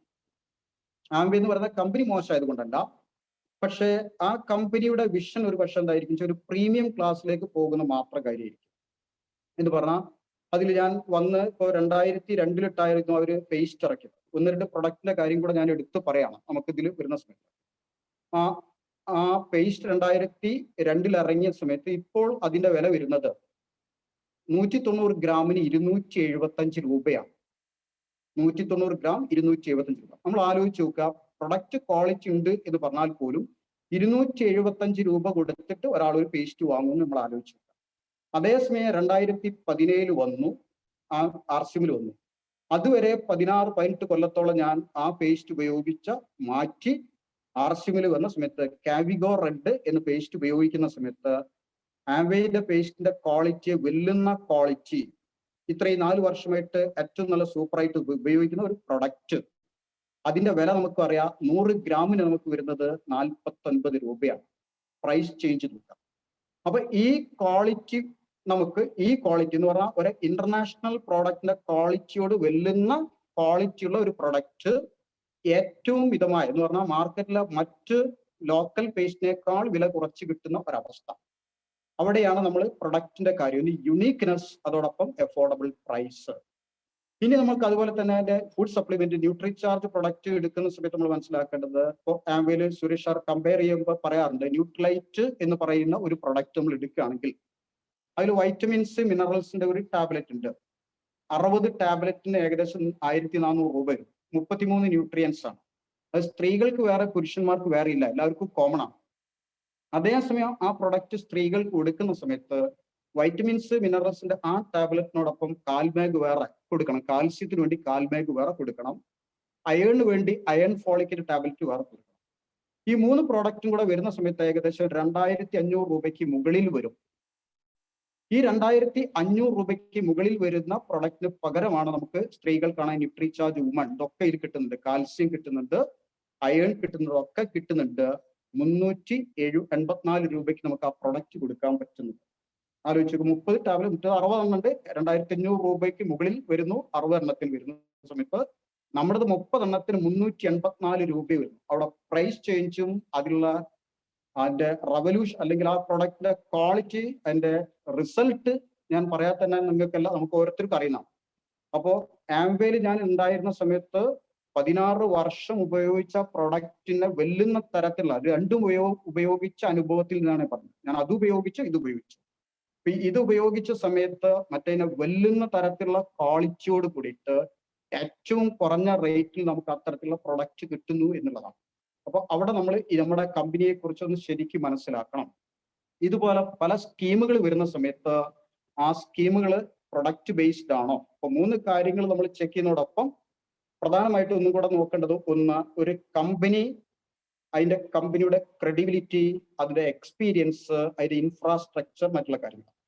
ഇനി നമ്മൾ RCM കമ്പനീനെ എടുക്കുന്ന സമയത്ത് RCM കമ്പനിയുടെ നോക്കാം. RCM കമ്പനിയുടെ ക്രെഡിബിലിറ്റി, അതിന്റെ എക്സ്പീരിയൻസ് 1977 തുടങ്ങിയത്, അങ്ങനെയുള്ള നിരവധി കാര്യങ്ങൾ. അതിന് ലോങ് വിഷൻ ഉണ്ട്. ഒരു കമ്പനിയുടെ വിഷൻ പ്രധാന ഘടകമാണ് എന്ന് പറഞ്ഞാൽ ഗോപകുമാർ സാർ അന്ന് കഴിഞ്ഞ സ്റ്റാർ ആൻഡ് അബോവ് പ്രോഗ്രാമിൽ കൃത്യമായി പറഞ്ഞു, കമ്പനി ലോങ് വിഷനോട് കൂടി നീങ്ങുന്നു. അതോടൊപ്പം നമുക്കൊരു ലോങ് വിഷൻ ഉണ്ടെങ്കിലേ നമുക്ക് വിജയിക്കാൻ പറ്റും. അപ്പൊ നമ്മൾ മനസ്സിലാക്കേണ്ടത് നമ്മുടെ കമ്പനിക്ക് കൃത്യമായി ലോങ് വിഷൻ ഉണ്ട്. അതുകൊണ്ടാണ് അതിന്റെ ഇൻഫ്രാസ്ട്രക്ചറിൽ അത്രയും ഇൻവെസ്റ്റ്മെന്റ് വരുന്നത്. അപ്പോൾ നമ്മൾ ഒരു കമ്പനി ചൂസ് ചെയ്യുന്ന സമയത്ത് ആ കമ്പനിയുടെ ക്രെഡിബിലിറ്റി, അതിന്റെ പ്രവർത്തന പരിചയം, അതിന്റെ ഇൻഫ്രാസ്ട്രക്ചർ, അങ്ങനെ നിരവധി കാര്യങ്ങൾ ചെക്ക് ചെയ്യണം. അതോടൊപ്പം അതിന്റെ പ്രൊഡക്റ്റും. ഇനി നമ്മൾ RCMനെ ചെക്ക് ചെയ്യുമ്പോൾ ഞാൻ പറഞ്ഞു, കമ്പനിക്ക് അത്ര പ്രവർത്തന പരിചയമുള്ള കമ്പനി, 44 വർഷത്തെ പ്രവർത്തന പരിചയം, അത്രയധികം ലോങ് വിഷനും, അത്രയധികം ഇൻഫ്രാസ്ട്രക്ചറും, അതോടൊപ്പം നമ്മുടെ പ്രൊഡക്റ്റിന്റെ കാര്യം കൂടെ നോക്കാം. പ്രൊഡക്റ്റിന്റെ കാര്യം എന്ന് പറഞ്ഞാൽ, ഒന്ന്, ഞാൻ നേരത്തെ പറഞ്ഞു, നമ്മുടെ ജനസംഖ്യ 90%, നമ്മുടെ ജനസംഖ്യയിൽ 90%-ലധികം വരുന്ന ആളുകൾ middle class and lower middle class ആണ്. അവരെല്ലായ്പ്പോഴും ആദ്യം പ്രയോറിറ്റി കൊടുക്കുന്നത് അവരുടെ ദൈനംദിന ജീവിതത്തിലേക്കുള്ള ഉൽപ്പന്നങ്ങളായിരിക്കും. എന്ന് പറഞ്ഞാൽ ഫുഡ് സപ്ലിമെന്റിനേക്കാളും കോസ്മെറ്റിക്സിനേക്കാളും ഒക്കെ ആദ്യം പ്രയോറിറ്റി കൊടുക്കുന്ന ദൈനംദിന ജീവിതത്തിലേക്ക് വേണ്ട ഉൽപ്പന്നങ്ങളാണ്. നമ്മുടെ RCM നമ്മൾ ആലോചിച്ച് നോക്കുക, നമ്മുടെ ദൈനംദിന ജീവിതത്തിലേക്ക് വേണ്ട 98%-ലധികം ഉൽപ്പന്നങ്ങൾ, 98%-ലധികം ഉൽപ്പന്നങ്ങൾ നമ്മുടെ ദൈനംദിന ജീവിതത്തിലേക്ക് വേണ്ടത് നമുക്ക് നമ്മുടെ RCMലൂടെ കിട്ടുന്നുണ്ട്. അതുകൊണ്ട് തന്നെ ഏത് സാധാരണക്കാരനും, ഞാൻ പറഞ്ഞ the poorest of the poor, പാവങ്ങളിൽ പാവപ്പെട്ടവരെടുത്ത് പോലും നമുക്ക് ഈ അവസരം കൊടുക്കാൻ പറ്റും എന്നുള്ള ഉറപ്പാണ്. കാരണം ദൈനംദിന ജീവിതത്തിലേക്ക് വേണ്ട ഉൽപ്പന്നങ്ങൾ. രണ്ടാമത്തത്, അതിന്റെ പ്രൈസ് നിങ്ങൾ ചെക്ക് ചെയ്യുന്ന സമയത്ത് ഒന്നുകിൽ മാർക്കറ്റ് പ്രൈസിൽ നമുക്ക് ട്രഡീഷണൽ മാർക്കറ്റിംഗ് കിട്ടുന്ന പ്രൊഡക്റ്റിനേക്കാൾ വില കുറവില്ല. ഇപ്പൊ നമ്മുടെ ആർട്ട് എടുക്കുകയാണെങ്കിൽ ആശീർവാദമായിട്ട് കമ്പയർ ചെയ്യുന്ന സമയത്ത് നമുക്കറിയാം, ആശീർവാദിന് 2 കിലോന് 117 രൂപ വരുന്ന സമയത്ത് നമുക്ക് 2 കിലോന് 76 രൂപയ്ക്ക് കിട്ടുന്നു ഒരു ജോയിൻ ചെയ്ത മെമ്പർ. അപ്പൊ അതിന്റെ പ്രൈസ് ചേഞ്ച്, അതിന്റെ ക്വാളിറ്റി ഒക്കെ നമുക്കറിയാം. ഇതുപോലെ ഏത് സാധാരണക്കാരനും താങ്ങാവുന്ന വില, ഏത് സാധാരണക്കാരനും വേണ്ട ഉൽപ്പന്നങ്ങൾ, ഏത് സാധാരണക്കാരനും താങ്ങാവുന്ന വില. ഇനി അതിന്റെ പ്രൊഡക്റ്റ് അവൈലബിലിറ്റി നോക്കൂ. ഓരോ 3 കിലോമീറ്ററിനുള്ളിലും ഷോപ്പ്, അതുകൂടാതെ ഡിസ്പ്ലേ വാൾ, ഏത് വീട്ടിലും ഡിസ്പ്ലേ വാൾ ഓപ്പൺ ചെയ്ത് നമുക്ക് പ്രൊഡക്റ്റ് അവൈലബിലിറ്റി. ഇത് നമ്മൾ ഒരു കാര്യം കൂടെ അതിൽ മനസ്സിലാക്കേണ്ടത്, ഡയറക്ട് സെല്ലിംഗ് ഇൻഡസ്ട്രിയിൽ RCMനുള്ള ഒരു യുണീക്നെസ് കൂടി ഉണ്ട്. ആ ഒരു യുണീക്നെസ് എന്ന് പറഞ്ഞാൽ, നമുക്കറിയാം ട്രഡീഷണൽ മാർക്കറ്റിംഗിന്റെ ഒരു അഡ്വാൻറ്റേജ് എന്ന് പറയുന്നത് റീറ്റെയിൽ ഷോപ്പാണ്. പ്രൊഡക്റ്റ് നമുക്ക് വാങ്ങാൻ കിട്ടുന്ന റീറ്റെയിൽ ഷോപ്പാണ്. ആ പ്രൊഡക്റ്റ് അവൈലബിലിറ്റിക്ക് നമുക്ക് RCM ഇതുപോലെ വണ്ടർ വേൾഡ് ക്യുക്ക് എന്ന് പറയുന്ന ഇപ്പോൾ pickup centre wonder world quick ആണ്. ഇതുകൊണ്ട് ഓരോ 3 കിലോമീറ്ററുള്ള ഈ ഷോപ്പ് വരുന്നത് ട്രഡീഷണൽ മാർക്കറ്റിംഗിന്റെ റീറ്റെയിൽ ഷോപ്പിന്റെ ബെസ്റ്റ് അഡ്വാൻറ്റേജ് കൂടി എടുത്തുകൊണ്ടാണ്. എന്ന് പറഞ്ഞാൽ ഡയറക്ട് സെല്ലിൽ നമുക്ക് പറയാം RCM യഥാർത്ഥത്തിൽ ഒരു കോമ്പിനേഷൻ ആണ്. എന്ന് പറഞ്ഞാൽ ട്രഡീഷണൽ മാർക്കറ്റിംഗിന്റെ പ്രൊഡക്റ്റ് അവൈലബിലിറ്റി എന്നുള്ള ആ ബെസ്റ്റ് ക്വാളിറ്റിയും അതോടൊപ്പം അതിന്റെ മറ്റ് ഡീമെറിറ്റ് ഒഴിവാക്കിക്കൊണ്ട് ഡയറക്ട് സെല്ലിംഗ് ഇൻഡസ്ട്രിയുടെ നല്ല ക്വാളിറ്റി കൂടെ ഉൾപ്പെടുത്തിക്കൊണ്ടുള്ള ഒരു യുണീക്ക് സിസ്റ്റമാണ് RCMന്റെ. അതിനെ ലോകത്തിൽ ഒരു കമ്പനിക്കും ആ യുണീക്ക് സിസ്റ്റം നിലവിലില്ല, ഇനി കൊണ്ടുവരാൻ പറ്റും എന്ന് എനിക്കിട്ട് തോന്നുന്നില്ല. നിലവിലില്ല ഓൾറെഡി, ഇനി ഫ്യൂച്ചറിലും കൊണ്ടുവരാൻ പറ്റില്ല. അത്രയൊരു യുണീക്ക് സിസ്റ്റം. അപ്പൊ RCMന്റെ ഈ പ്രൊഡക്റ്റിന്റെ, ഞാൻ പറഞ്ഞു, ദൈനംദിന ജീവിതത്തിലേക്കുള്ള പ്രൊഡക്റ്റ് റേഞ്ച്, അതിന്റെ പ്രൈസ് ഏറ്റവും അഫോർഡബിൾ എന്ന് പറഞ്ഞാൽ ഏത് സാധാരണക്കാരനും വാങ്ങാവുന്ന റേറ്റ്, മൂന്നാമത്തെ പ്രൊഡക്റ്റ് അവൈലബിലിറ്റി. ഇത് RCMന് ഒരു യുണീക്കാണ്, മറ്റ് കമ്പനികൾക്കില്ലാത്ത യുണീക്നെസ് ആണ്. അതുകൊണ്ട് തന്നെ നമ്മൾ ചൂസ് ചെയ്ത കമ്പനി ഏറ്റവും നല്ല കമ്പനിയാണെന്നുള്ളതിൽ ഒരു ഡൗട്ടും ഇല്ല. ഇപ്പൊ 2 കാര്യങ്ങൾ നമ്മൾ ആദ്യം എൻഷുർ ചെയ്യുക. We are in the best industry in the world and we are in the best of the best company in the world. നമ്മൾ ഏറ്റവും നല്ല ഇൻഡസ്ട്രിയിലാണ്, അതുപോലെ തന്നെ നമ്മൾ ഏറ്റവും നല്ല ആ ഇൻഡസ്ട്രിയിൽ ഏറ്റവും നല്ല കമ്പനിയിലാണ്. ഈ രണ്ട് കാര്യങ്ങൾ ഉറപ്പിച്ചു കഴിഞ്ഞാൽ പിന്നെ നമ്മൾ ആരെങ്കിലും വിജയിക്കുന്നില്ലെങ്കിൽ നമ്മൾ ചെക്ക് ചെയ്യേണ്ടത് നമ്മുടെ ഈ പേഴ്സണൽ മാറ്ററാണ്. ഞാൻ നേരത്തെ പറഞ്ഞു എന്റർപ്രണറുടെ ചില പേഴ്സണൽ മാറ്റേഴ്സ് എന്ന് പറഞ്ഞു. എന്റർപ്രണർ എന്ന് പറയുകയാണെങ്കിൽ ബിസിനസ്സുകാരൻ നമ്മൾ പറയുകയാണെന്നുണ്ടെങ്കിൽ ഇതിൽ ഡയറക്ട് സെല്ലർ. ആ ഡയറക്ട് സെല്ലറുടെ 3 കാര്യങ്ങൾ വളരെ പ്രധാനപ്പെട്ടതാണ്. ഒന്ന്, അദ്ദേഹത്തിന്റെ ലൈഫിലെ അംബീഷൻ, അല്ലെങ്കിൽ വേറെ തരത്തിൽ പറഞ്ഞ ബേണിംഗ് ഡിസയർ, അല്ലെങ്കിൽ ഒന്നുകൂടെ നമ്മൾ പറയുകയാണെങ്കിൽ അദ്ദേഹത്തിന്റെ ഡ്രീം എന്നൊക്കെ പറയാം. രണ്ടാമത്തത് അദ്ദേഹത്തിന്റെ ആറ്റിറ്റ്യൂഡ്, മനോഭാവം. മൂന്നാമത്തെ അദ്ദേഹത്തിന്റെ കമ്മിറ്റ്മെന്റ്. ഈ 3 കാര്യങ്ങളിലാണ് നമ്മൾ ചെക്ക് ചെയ്യേണ്ടത്. അപ്പൊ ഞാൻ എന്തുകൊണ്ട് ഡയറക്ട് സെല്ലിംഗ് ഇൻഡസ്ട്രി ഒന്ന് 18 കൊല്ലം കൊണ്ട് വിജയിച്ചില്ല എന്ന് പറഞ്ഞാൽ ഞാൻ തിരഞ്ഞെടുത്ത കമ്പനി തെറ്റി. എന്നെ പോലെ നിരവധി പേര് അത് വിട്ട് ഈ ശരിയായിട്ടുള്ള കമ്പനിയിൽ വന്ന സമയത്ത് എനിക്ക് 2017 വന്നു. ഇത്രയും കുറഞ്ഞ കാലയളവിൽ എന്ന് പറഞ്ഞാൽ ആ മേഖല എന്ന് പറഞ്ഞാൽ 18 കൊല്ലം ഞാൻ എടുത്ത എഫേർട്ടിന്റെ 100ൽ 1 ഭാഗം പോലും എഫേർട്ട് ഇടാതെ വളരെ കുറഞ്ഞ അളവിൽ ഒരു പ്ലാറ്റിനം പിന്നിലേക്ക് എനിക്ക് എത്താൻ പറ്റി എന്നതാണ്. അങ്ങനെ എത്താൻ പറ്റിയ പ്രധാന ഘടകങ്ങൾ ഞാൻ പറഞ്ഞ പ്രൊഡക്റ്റിന്റെ ക്വാളിറ്റി, അതിന്റെ അഫോർഡബിൾ പ്രൈസ്, അവൈലബിലിറ്റി, ഇതൊക്കെയാണ്. ഈ 2 കാര്യങ്ങൾ ചെക്ക് ചെയ്തുകൊണ്ട് നമ്മൾ ഈ 3ാമത്തെ ഘടകത്തിലേക്ക് ഡയറക്ട് സെല്ലുടെ കാര്യത്തിലേക്ക് വന്നാൽ നമ്മൾ ചെക്ക് ചെയ്യേണ്ടത് ഒന്ന്, നമുക്ക് ഡ്രീം ഉണ്ടോ, അല്ലെങ്കിൽ ഒരു ബേണിംഗ് ഡിസയർ നമുക്കുണ്ടോ, പിന്നെ നമ്മുടെ ആറ്റിറ്റ്യൂഡ്, പിന്നെ നമ്മുടെ കമ്മിറ്റ്മെന്റ്. അതിലൊരു കാര്യം നമ്മൾ പ്രത്യേകം മനസ്സിലാവേണ്ടത്, ഈ ബിസിനസ്സിലേക്ക് വരുന്ന സമയത്ത് പലർക്കും ഡ്രീം ഉണ്ടാവാം. അല്ലെങ്കിൽ ഡ്രീം പലപ്പോഴും മെറ്റീരിയലൈസ് ആവണമെന്നുണ്ടെങ്കിൽ, ഒരു സ്വപ്നം യാഥാർത്ഥ്യമാവണമെന്നുണ്ടെങ്കിൽ അതിന് അനുസൃതമായിട്ടുള്ള ഒരു ആറ്റിറ്റ്യൂഡ് നമുക്ക് ഉണ്ടായിരിക്കണം. എന്ന് പറഞ്ഞാൽ ആറ്റിറ്റ്യൂഡ് കറക്റ്റ് ആവുകയാണെങ്കിൽ മാത്രമേ നമുക്ക് നമ്മുടെ ഡ്രീം യാഥാർത്ഥ്യമാക്കാൻ പറ്റൂ എന്നതാണ്. ഇപ്പോൾ ഫോർ ഒരു ഉദാഹരണം നമ്മൾ പറയുകയാണെങ്കിൽ, നമ്മുടെ വീട്ടിന്റെ അടുത്ത് ഒരു പൊളിറ്റീഷ്യൻ ഉണ്ട് നിൽക്കുക. അദ്ദേഹത്തിന് നല്ല പൊളിറ്റിക്കൽ ബാക്കപ്പ് ഉണ്ട്, നല്ല പൊളിറ്റിക്കൽ സപ്പോർട്ട് ഉണ്ട്, ബാക്കപ്പ് ഉണ്ട്. അദ്ദേഹം ഒരു MLA ആയിട്ട് മത്സരിക്കാൻ തീരുമാനിക്കാൻ നിൽക്കുക. അദ്ദേഹത്തിന്റെ ഒരു പ്രശ്നം എന്താ വെച്ചാൽ, ആരെ കണ്ടാലും ചിരിക്കില്ല, ആരുമായിട്ടൊരു നല്ല ബന്ധമില്ല, ആരെ കണ്ടാലും ചിരിക്കില്ല, എപ്പോഴും സീരിയസ് ആണ്. അദ്ദേഹം MLA ആയിട്ട് മത്സരിക്കാൻ തീരുമാനിച്ചു. അദ്ദേഹത്തിന്റെ ആറ്റിറ്റ്യൂഡിൽ മാറ്റം വരുത്തില്ല. എന്നിട്ടും ആരോടും ചിരിക്കുന്നില്ല, ഒരു നല്ല റിലേഷൻഷിപ്പിലേക്ക് വരുന്നില്ലെങ്കിൽ അദ്ദേഹം ഇലക്ഷനിൽ എന്താവും, മിക്കവാറും പരാജയപ്പെടും, നല്ല പൊളിറ്റിക്കൽ ബാക്കപ്പ് ഉണ്ടെങ്കിൽ കൂടി. അതേസമയം അദ്ദേഹത്തിന്റെ ഡ്രീം ജയിക്കണം, MLA ആവണം എന്നുള്ള അദ്ദേഹത്തിന്റെ ഡ്രീം ശക്തമാണെങ്കിൽ തീർച്ചയായിട്ടും അദ്ദേഹത്തിന്റെ ആറ്റിറ്റ്യൂഡിൽ അദ്ദേഹം മാറ്റം വരുത്തും. എന്ന് പറഞ്ഞ് ചിരിക്കാൻ തയ്യാറാവും, എല്ലാവരുമായിട്ട് ഒരു നല്ല ബന്ധം സ്ഥാപിക്കാൻ തയ്യാറാവും എന്ന്. അങ്ങനെ ആകുമെങ്കിൽ മാത്രമേ അദ്ദേഹത്തിന്റെ ആ സ്വപ്നം യാഥാർത്ഥ്യമാക്കാൻ പറ്റൂ. അപ്പൊ നമ്മൾ തിരിച്ചറിയേണ്ട ഒരു പ്രധാന ഘടകമാണ്, നമുക്ക് സ്വപ്നമുണ്ടെങ്കിൽ ആ സ്വപ്നം യാഥാർത്ഥ്യമാവണമെന്നുണ്ടെങ്കിൽ നമ്മുടെ ആറ്റിറ്റ്യൂഡ്, ആ ഏത് ഡ്രീമാണോ ആ ഡ്രീമിനനുസരിച്ചുള്ള ഒരു ആറ്റിറ്റ്യൂഡ് നമ്മൾ വരുത്താണ്. ഇപ്പൊ ഞാൻ ഡ്രീമിന്റെ കാര്യം പറയുന്നതിന് മുൻപ് ആറ്റിറ്റ്യൂഡ് വളരെ പ്രധാനപ്പെട്ട ഒരു കാര്യമായതുകൊണ്ട് ആറ്റിറ്റ്യൂഡിന്റെ കുറച്ച് കാര്യങ്ങൾ ഞാൻ പറയാം. ആറ്റിറ്റ്യൂഡ് എന്ന് പറഞ്ഞാൽ നമ്മൾ പലപ്പോഴും പറയാം 2 കാര്യങ്ങൾ മാത്രമേ, പോസിറ്റീവ് ആൻഡ് നെഗറ്റീവ് ആറ്റിറ്റ്യൂഡ് എന്ന് പറയും. പക്ഷെ അതിനേക്കാൾ കുറേ കൂടെ വ്യാപ്തമായിട്ട് ചിന്തിക്കുകയാണെങ്കിൽ, കുറേ കൂടെ ബ്രോഡായിട്ട് നമ്മൾ ചിന്തിക്കുകയാണെങ്കിൽ ആറ്റിറ്റ്യൂഡിൽ പല കാര്യങ്ങളുണ്ട്. അതിൽ ഒന്നാമത്തെ ഒരു പ്രധാനപ്പെട്ട ഒരു കാര്യമാണ് നമ്മൾ ആറ്റിറ്റ്യൂഡിൽ മാറ്റം വരുത്തുമ്പോൾ ഒന്ന് നമ്മൾ അപ്രീഷിയേറ്റ് ചെയ്യാൻ പഠിക്കാൻ. നമ്മൾ പറയാം, നമുക്ക് ഡയറക്ട് സെല്ലിങ്ങിലൊക്കെ അല്ലെങ്കിൽ ഈ മേഖലയിൽ വന്ന് നമ്മളെല്ലാവരും അപ്രീഷിയേറ്റ് ചെയ്യാറ് പഠിക്കാറുണ്ട്. ആരെന്ത് കാര്യം ചെയ്താലും നമ്മൾ ഉടനെ അപ്രീഷിയേറ്റ് ചെയ്യും. ഇപ്പോൾ നമ്മൾ നേരത്തെ പറഞ്ഞു, ബിജു കൃഷ്ണൻ സാറ് മകള് നല്ല ഗംഭീരമായിട്ട് പാടുന്നു, നമ്മളെല്ലാവരും എന്ത് ചെയ്യാറുണ്ട്, അപ്രീഷിയേറ്റ് ചെയ്യാറുണ്ട്. അങ്ങനെ എന്ത് നല്ല കാര്യം കണ്ടാലും നമ്മളത് അപ്രീഷിയേറ്റ് ചെയ്യാൻ നമ്മൾ പഠിക്കണം. നമ്മുടെ ടീമിലായാലും നമ്മുടെ ക്രോസ് ലൈനിലായാലും ആരെന്ത് ചെയ്താലും അപ്രീഷിയേറ്റ് ചെയ്യാം. അതൊരു ആറ്റിറ്റ്യൂഡിൽ വരുത്തേണ്ട മാറ്റമാണ്. രണ്ടാമത്തെ നമ്മൾ ആറ്റിറ്റ്യൂഡിൽ വരേണ്ട ഒരു പ്രധാന ഘടകമാണ് നമ്മുടെ ബിലീവ് എന്നുള്ളത്. ബിലീഫ് എന്താണ്? ബിലീഫ്, വിശ്വാസം. നമ്മൾ പ്രത്യേകിച്ച് പറയേണ്ടത്, നമ്മൾ സിസ്റ്റത്തിൽ ബിലീവ് ചെയ്യണം, നമ്മൾ അപ്ലൈനെ ബിലീവ് ചെയ്യണം. നമ്മൾ അങ്ങനെ ഒരുപാട് കാര്യങ്ങൾ നമ്മൾ ബിലീവ് ചെയ്യേണ്ടതുണ്ട്. അപ്ലൈൻ പറയുന്ന കാര്യങ്ങൾ പലപ്പോഴും തീർച്ചയായിട്ടും ഒരു ആക്റ്റീവ് ഗ്രോയിങ് അപ്ലൈൻ ഒരു കാര്യം പറയുന്നുണ്ടെങ്കിൽ, ഡൗൺ ലൈൻസിനോട് പറയുന്നുണ്ടെങ്കിൽ തീർച്ചയായിട്ടും അത് ഡൗൺ ലൈൻസിന്റെ അവരുടെ ഉയർച്ചയ്ക്ക് വേണ്ടി, നന്മയ്ക്ക് വേണ്ടിയായിരിക്കും. അപ്പൊ അത് തീർച്ചയായിട്ടും അദ്ദേഹം വിശ്വസിക്കാൻ തയ്യാറാവണം. അങ്ങനെ വിശ്വസിക്കാൻ തയ്യാറായിട്ടില്ലെങ്കിൽ പലപ്പോഴും എന്താ വെച്ചാൽ വൻ നഷ്ടം ഉണ്ടാവും. അപ്പൊ നമുക്ക് തന്നെ അറിയാം, നമ്മൾ ഓഫറൊക്കെ പ്രഖ്യാപിക്കുന്ന സമയത്ത് 6 മാസം കഴിഞ്ഞാൽ നിങ്ങൾക്ക് ഇത്ര പ്രൊഡക്റ്റ് കിട്ടും എന്ന് പറയുന്ന സമയത്ത് ചില ഡൗൺ ലൈൻസ് ഒന്നും ചിലപ്പോൾ അത് വിശ്വസിക്കില്ല, ചെയ്യാൻ കൂട്ടാക്കില്ല. 6 മാസം കഴിഞ്ഞ് മറ്റുള്ള പലർക്കും പ്രൊഡക്റ്റ് കിട്ടുമ്പോഴായിരിക്കും ഇദ്ദേഹം ആലോചിക്കുന്നത് നഷ്ടമായി പോയല്ലോ എന്ന്. അപ്പൊ ഇത് ബിലീവ് എന്നുള്ളത് ഒരു പ്രധാന ഘടകമാണ്. നമ്മൾ അപ്ലയൻസിനെ വിശ്വസിക്കുക, നമ്മുടെ സിസ്റ്റത്തെ വിശ്വസിക്കുക. അപ്പൊ ഞാൻ അതിലൊരു ബന്ധപ്പെട്ടൊരു കഥ ആദ്യം പറയാണ്. നമുക്കറിയാം, ഇത് ഇപ്പം നമ്മുടെ അല്ലെ കേരളത്തിലെയോ ഇന്ത്യയിലോ മാത്രം പ്രശ്നമല്ല, എല്ലായിടത്തിലും ഈ പറയുന്ന വിശ്വസിക്കാൻ പറ്റാത്ത പ്രശ്നങ്ങൾ പലർക്കും വരാറുണ്ട്. അതുകൊണ്ട് വൻ നഷ്ടം ഉണ്ടാവുന്നുണ്ട്. അപ്പൊ അതിന്റെ ഒരു കഥ ഞാൻ ആദ്യം പറയുന്നു. അപ്പൊ കഥ പറയുന്ന സമയത്ത് നമുക്കറിയാം, കഥയുടെ രാജാവ് എന്ന് പറയുന്നത് നമ്മുടെ സുയിസാറാണ്.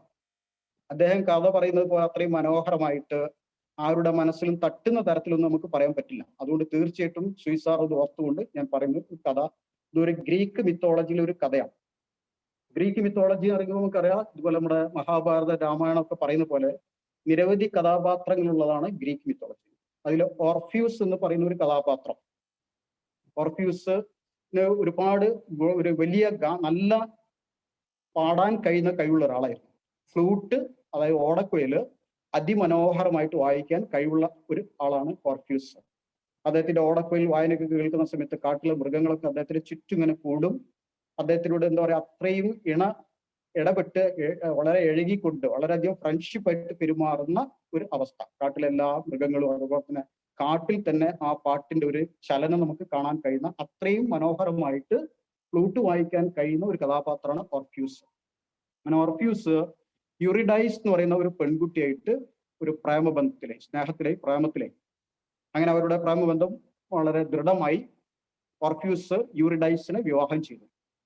വിവാഹം കഴിഞ്ഞ് കുറച്ച് കഴിഞ്ഞ ഉടനെ തന്നെ യൂറിഡൈസ് മരിച്ചു.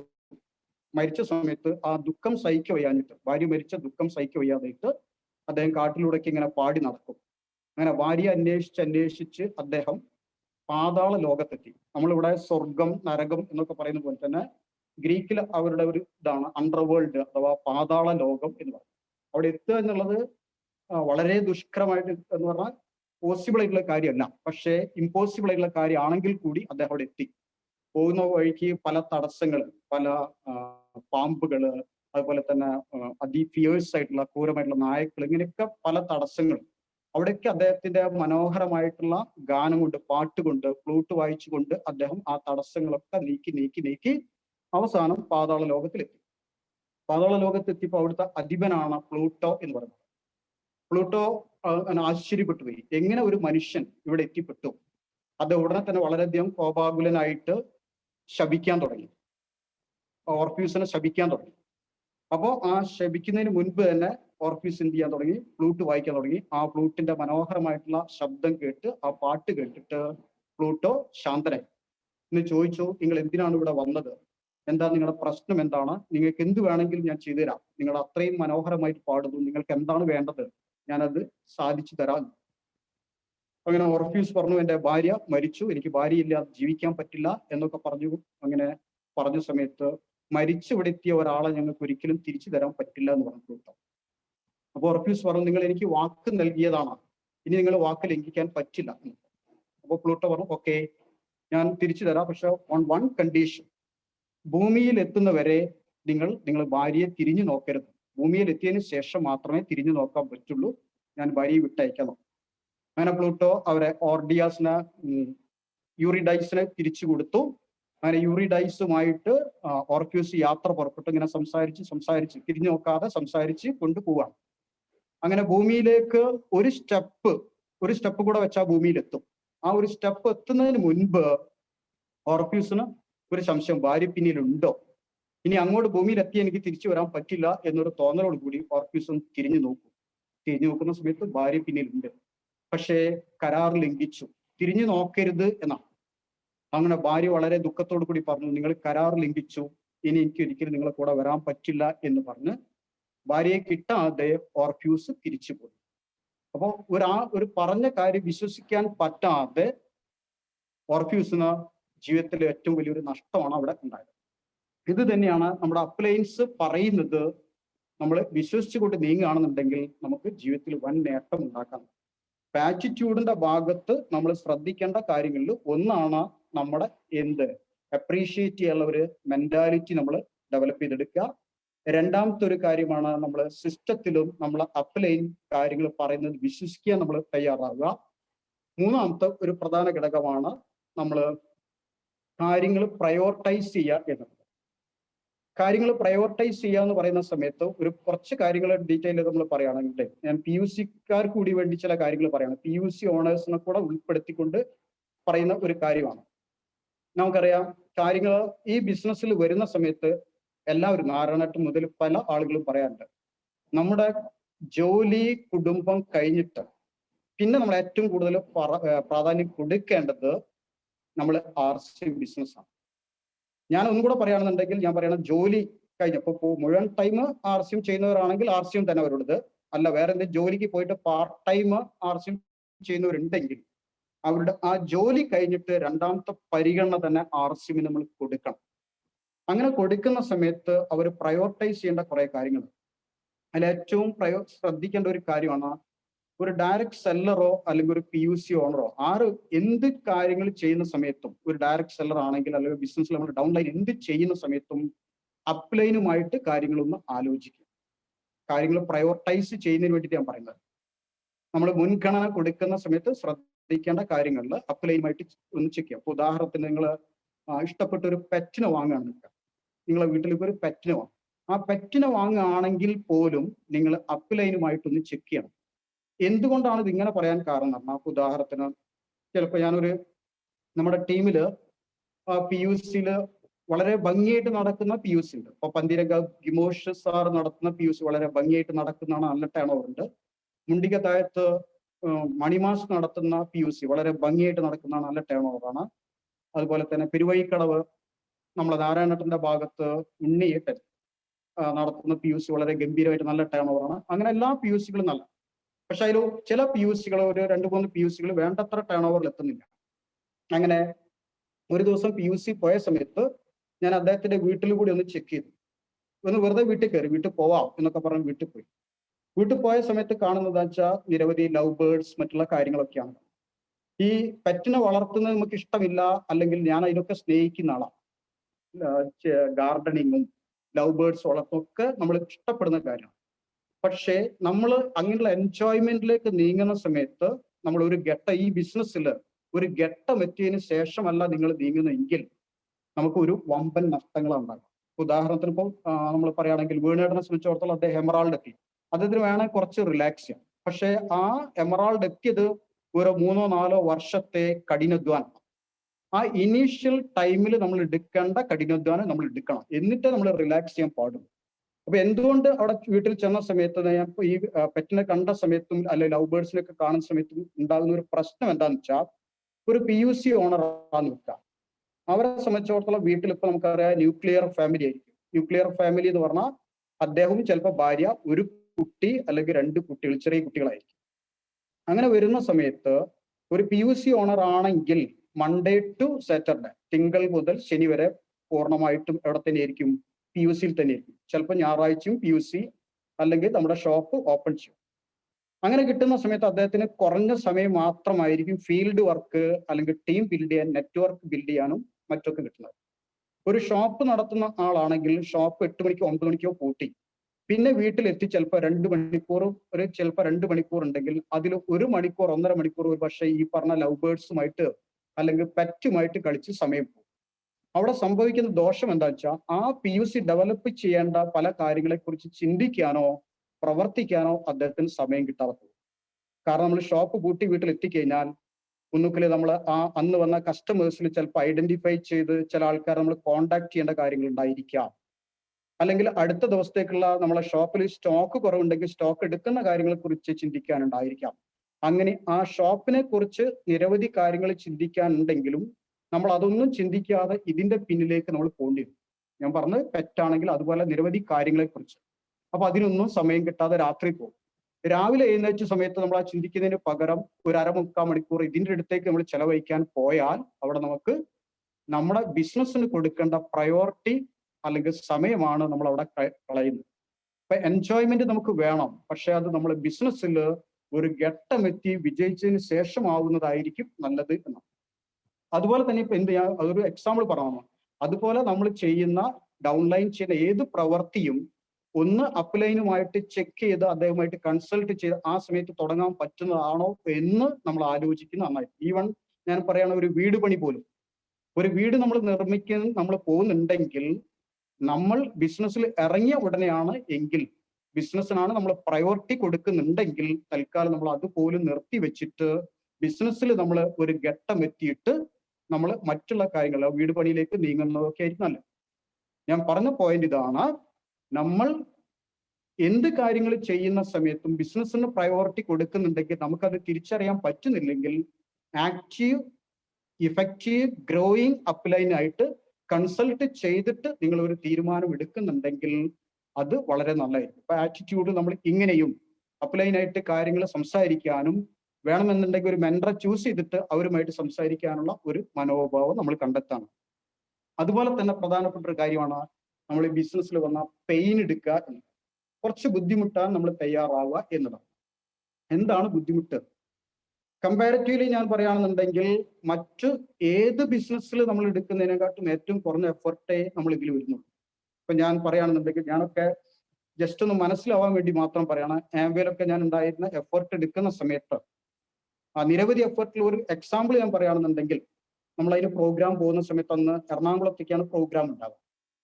എറണാകുളത്ത് പ്രോഗ്രാം ചിലപ്പോൾ കഴിഞ്ഞ് രാത്രി 12 മണിക്കൊക്കെ ആയിരിക്കും, രാത്രി വൈറ്റിലയിൽ അവിടെയുള്ള മെറീഡിയൻ ഹോട്ടലിൽ മറ്റോ വെച്ചിട്ട് പ്രോഗ്രാം നടക്കാം.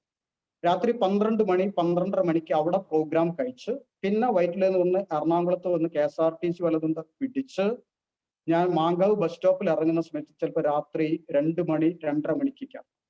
ആ 2 മണി 2:30 മണിക്ക് അവിടെ നിന്ന് ഇറങ്ങി പിന്നീട് ചിലപ്പോൾ ഓട്ടോറിക്ഷ ഒന്നും കിട്ടില്ല. എൻ്റെ വീട് പന്തീരങ്കാവിലാണ്. ആ മാങ്കാവിൽ ഇറങ്ങി പന്തീരങ്കാവ് എന്നുള്ള സ്ഥലത്തേക്ക് ഏകദേശം 8 കിലോമീറ്റർ അടുത്തുണ്ട്. രാത്രി 2-2:30 മണിക്ക് അവിടെ ഇറങ്ങി 8 കിലോമീറ്റർ നടന്ന് ഒറ്റയ്ക്ക് നടന്ന് വീട്ടിലെത്തി.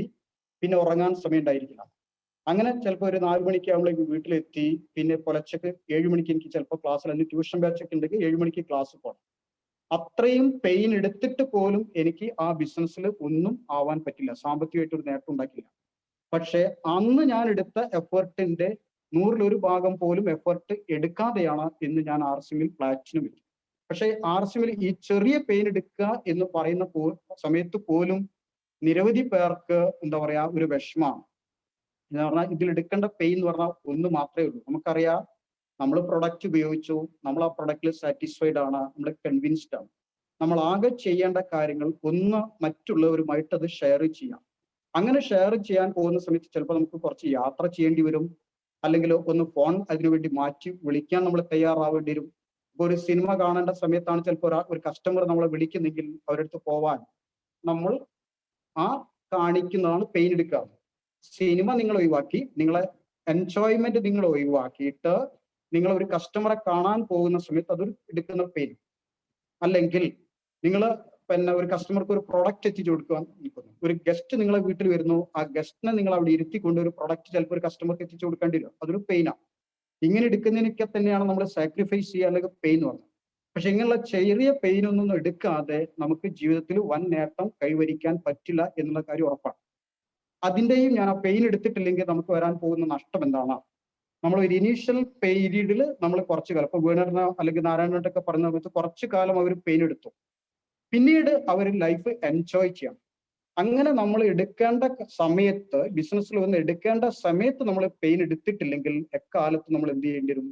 നമ്മൾ കഷ്ടപ്പെടേണ്ടി വരും, അല്ലെങ്കിൽ ബുദ്ധിമുട്ടേണ്ടി വരും. അതിനും ഞാൻ ഒരു ചെറിയ കഥ പറയാം. ഒരു കഥ ഇതാണ്.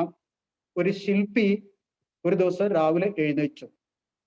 അദ്ദേഹം കുളിക്കാൻ പോകുന്ന സമയത്ത്, പുഴക്കടവിലേക്ക് കുളിക്കാൻ പോകുന്ന സമയത്ത് ഒരു കല്ല് കണ്ടു. ഒരു ശില്പിനെ സംബന്ധിച്ചിടത്തോളം ഒരു കല്ല് കണ്ടാൽ അത് അദ്ദേഹത്തിന് വളരെയധികം ആഹ്ലാദം നൽകുന്ന ഒരു കാര്യമാണ്.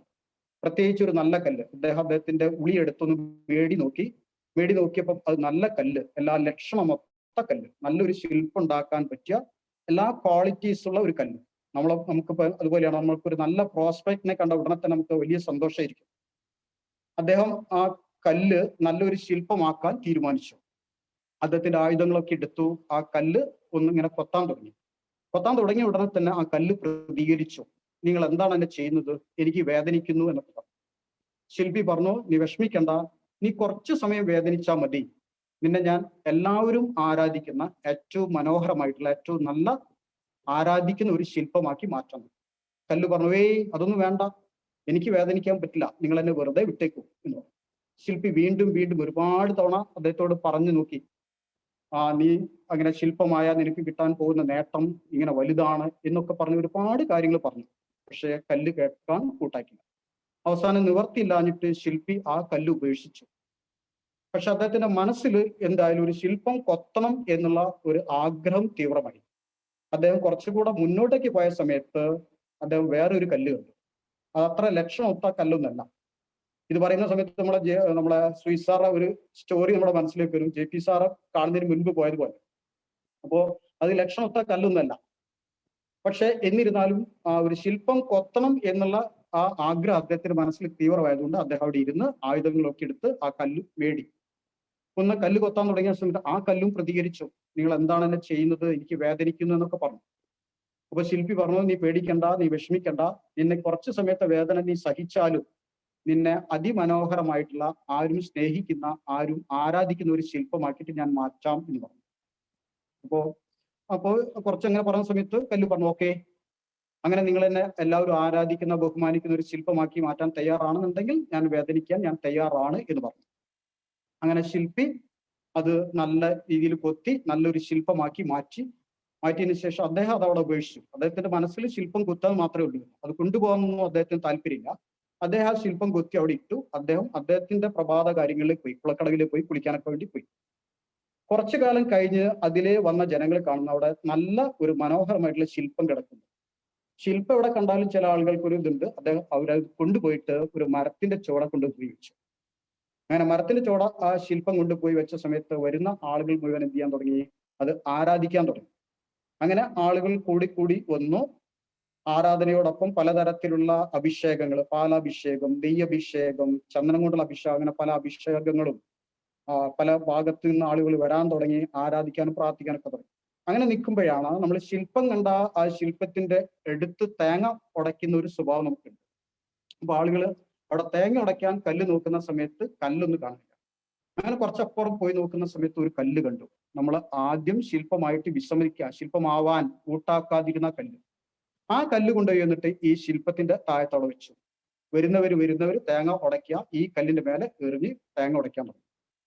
അപ്പോൾ അതിൽ ഒരു കുറച്ചു സമയം വേദനിക്കാൻ തയ്യാറാവാത്ത ആ കല്ല് പിന്നീട് ജീവിതകാലം മുഴുവൻ എന്ത് ചെയ്യേണ്ടി വന്നു? വേദനിക്കേണ്ടി വന്നു. ഇതാണ് ഒരു കാര്യം നമ്മൾ എപ്പോഴും മനസ്സിലാക്കേണ്ടത്. നമ്മൾ ജീവിതത്തിൽ എവിടെയെങ്കിലും കുറച്ചു കാലം നമ്മൾ കഷ്ടപ്പെടാൻ, നമ്മൾ ബുദ്ധിമുട്ടാൻ നമ്മൾ തയ്യാറായിട്ടില്ലെങ്കിൽ നമുക്ക് ജീവിതത്തിൽ ഒരു വൻ നേട്ടം നമുക്ക് കൈവരിക്കാൻ പറ്റില്ല.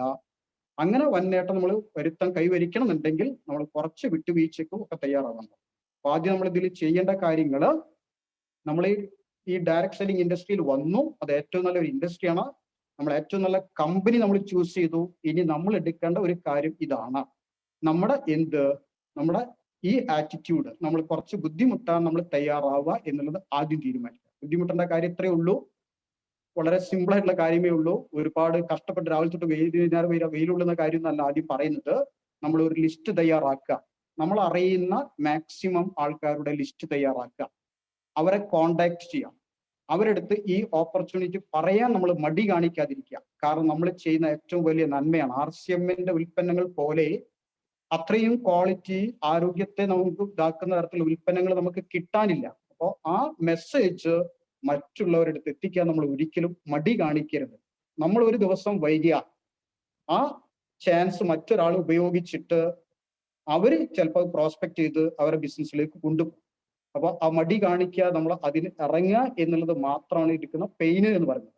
ഇപ്പൊ ലിസ്റ്റ് ഉണ്ടാക്കുക, കോണ്ടാക്ട് ചെയ്യുക, അവരുടെ ബിസിനസ്സിലേക്ക് കൊണ്ടുവരിക, പ്രോപ്പറായിട്ട് ഗൈഡ് ചെയ്യുക. അപ്പൊ അങ്ങനെയുള്ള കാര്യങ്ങൾ ശ്രദ്ധിക്കാം. ആറ്റിറ്റ്യൂഡിന്റെ കാര്യത്തിൽ ഒന്നാമത്തെ കാര്യം നമ്മൾ പറഞ്ഞു, അപ്രീഷിയേറ്റ് ചെയ്യാൻ പഠിക്കുക. പിന്നെ നമ്മുടെ അപ്ലൈനെയും സിസ്റ്റത്തിനെയൊക്കെ ബിലീവ് ചെയ്യുക, വിശ്വസിക്കുക എന്നാണ് നമ്മൾ തയ്യാറാവുക. മൂന്നാമത്തെ കാര്യങ്ങൾ പ്രയോറിറ്റൈസ് ചെയ്യാൻ നമ്മൾ പഠിക്കുക. കാര്യങ്ങൾ പ്രാതിനിധ്യത്തോടു കൂടി കാണാൻ, അതിന് നമ്മളെ ആക്റ്റീവ് അപ്ലൈനായിട്ട് മറ്റ് കൺസൾട്ട് ചെയ്ത് തീരുമാനങ്ങൾ എടുക്കാൻ നമ്മൾ ശ്രമിക്കുക. ദെൻ അടുത്ത കാര്യമാണ് നമ്മൾ കുറച്ച് ബുദ്ധിമുട്ടാൻ തയ്യാറാവുക എന്ന കാര്യം. അതോടൊപ്പം നമ്മൾ വേണ്ട ഏറ്റവും പ്രധാനപ്പെട്ട ഒരു കാര്യമാണ് നമ്മുടെ വായന എന്നുള്ളത്, റീഡിങ്. റീഡിങ് എന്നുള്ളത് ഒരു പ്രധാന കാര്യമാണ്. റീഡിങ്ങിലൂടെയേ നമുക്ക് എന്ത് ചെയ്യാൻ പറ്റുള്ളൂ? പല കാര്യങ്ങൾ ചിന്തിക്കാനും നമ്മുടെ മനസ്സിലേക്ക് വരുന്ന ചിന്തകൾ വാക്കുകളായിട്ട് പുറത്തേക്കൊക്കെ വരണമെന്നുണ്ടെങ്കിൽ നമ്മൾ എപ്പോഴും എന്ത് ചെയ്യണം വെച്ചാൽ റീഡിങ് ആണ്.